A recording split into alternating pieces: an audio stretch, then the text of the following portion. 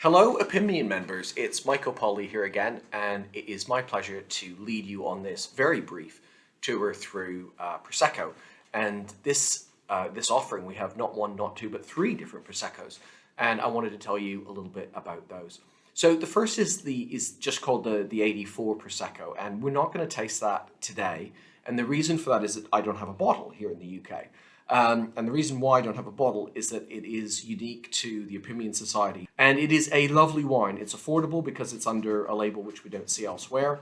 It's 100% Glera grapes. It's DOC. Really, really well made. And I can't really tell you more about it than that because I've sort of been sworn to secrecy because of his existing distribution arrangement. But it is exclusive to Opimian. It's a real bargain, and I would urge you to try that.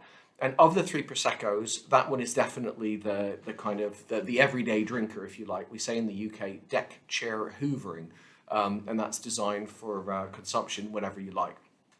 So Prosecco is, I suppose, obviously you're going to draw parallels between Prosecco and Champagne, and it's probably worth just spending 2 minutes on the differences there. So Prosecco is not made in the Champagne method, it's made in the tank method, or as they say in Italy, the Martinotti method, because he was the Italian who apparently invented it simultaneously with the Frenchman Charmat. So in French, it's the Charmat method, and in Italy, it's the Martinotti method. So it's fermented in tank. But in terms of prestige within Italy, Prosecco really kind of hold this place that's near and dear to the heart of many Italians as the ideal aperitif wine. So you go to a bar, you have a glass of Prosecco. Now you might change that up a little bit and have an Aperol Spritz, but it's kind of Prosecco is the base wine which you're going to start every meal with.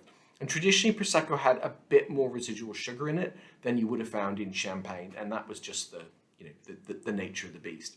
And that brings me swiftly on to this wine from Carlo ZUCCHETTO, which really needs no introduction to Opimian members.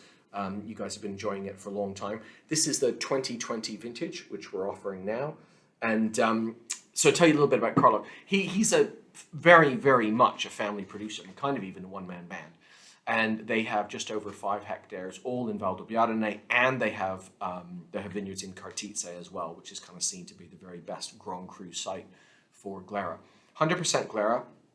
And this wine has a little bit more residual sugar. It's about 12 grams per liter, and I really like it. So I'm going to taste that with you now. And the other thing about his wines that's worth mentioning is that they can age. They can't age like Champagne, and nobody would say that. But if you want to tuck them away for 2 years, they really pack on a little bit of weight and complexity, and it is worth the wait. So this is all hand-harvested fruit, which is then fermented in the normal way, and then is given the slightly extra bit of sugar and yeast, and put into a tank and re-fermented to create the sparkle. And then it stays in tank for a few months before it's bottled.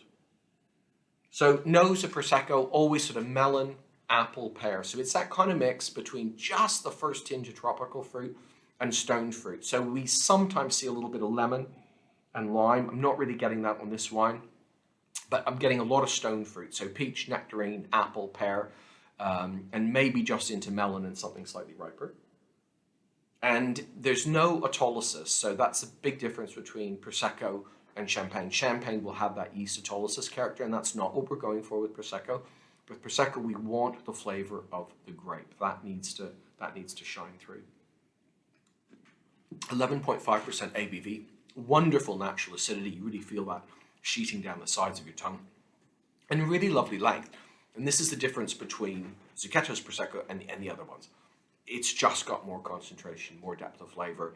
It really rolls around on the back of the palate. Delicious glass of sparkling wine. In terms of food matches, gosh, you can go so many ways with that. Definitely at the start of a meal. I think that is where it belongs. You could run that through into your starters, so that would work well with a pasta dish. It'd be brilliant with seafood. Really wherever you would put sparkling wine normally, so smoked salmon, all of those kind of things. And so that's the first one. And then the second one, and this is really exciting because I helped Carlo blend this, and this is the Rosé, and this is the first time that we've ever released the ZUCCHETTO Rosé. So it's called Baccarat, and it's bottled in this clear glass bottle, and it is 15% Pinot Noir. So that's interesting. And we've sourced this Pinot Noir from one of the absolute best vineyards. I can't tell you where in Italy, but it is a superb vineyard. 15% of the wine is Pinot Noir. and it's a blend. So they've got the Prosecco, which is all his own fruit, and then you add in the 15% of Pinot Noir and do the second fermentation. Now, the eagle-eyed amongst you will spot that this is not DOCG, it's DOC. The reason for that is that this is the very first vintage in Prosecco where you're allowed to make Rosé Prosecco, and they didn't distinguish between DOCG and DOC, so it is just, there is no DOCG Rosé Prosecco. Hopefully there will be in future years. But absolutely guarantee all of this could be DOCG fruit from his own vineyards. And the nose on this, I love it. Strawberry, raspberry, red currant, cherry, pomegranate. Loads of beautiful red fruit characters coming off this, and then underpinned with some of that apple and melon, which you're getting from the Glera. Really pronounced nose. This is such a lovely wine. I'm really proud of what he's done with this because he's worked so hard to get this right. And it really works. And this wine, dry as a bone. So there's 6 grams per litre here. This is 2020 vintage as well. And I don't know if you can see on the back that it's labeled as extra brut, and also it carries the sub-denomination of Treviso. So that's as sort of, if you like, as high as he could go. Couldn't get to DOCG, but they did allow him to have the Treviso DOC. So that's proof that it's the highest quality that we could possibly get.